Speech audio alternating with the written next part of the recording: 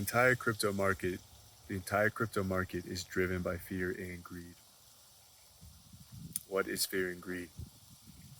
They are simply desires. They are simply desires.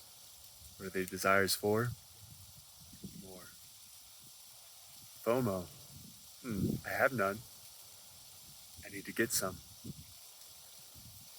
Greed. I have some, but I need more. If you can understand this and learn how to recognize the desire that turns into fear and greed, you may have a chance to stop it before it causes you to do something impulsive. In the traditions, beautiful ancient traditions, it's often called the hungry ghost, the wanter. And the wanter is like a hungry ghost. It has no stomach. It can never be full.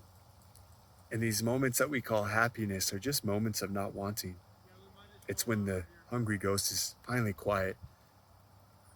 And so we may want to seek for something called wholeness, maybe fulfillment, maybe you call it oneness. But essentially, all I am saying is that be very careful, because what I want this channel to be as we enter into the whoa Nelly, the straight up of a bull run, is the recognition that you are going to walk right into the wanter.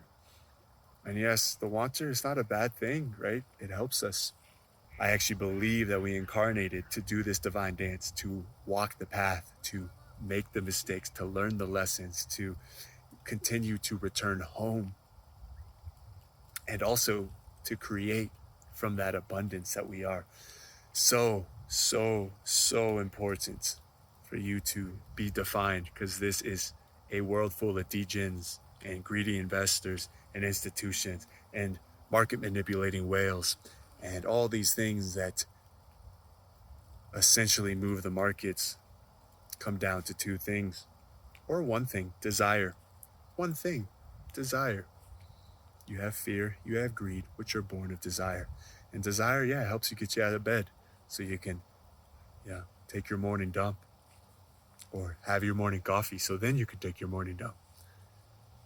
Or it's a desire to feel good today, so you go do your yoga practice.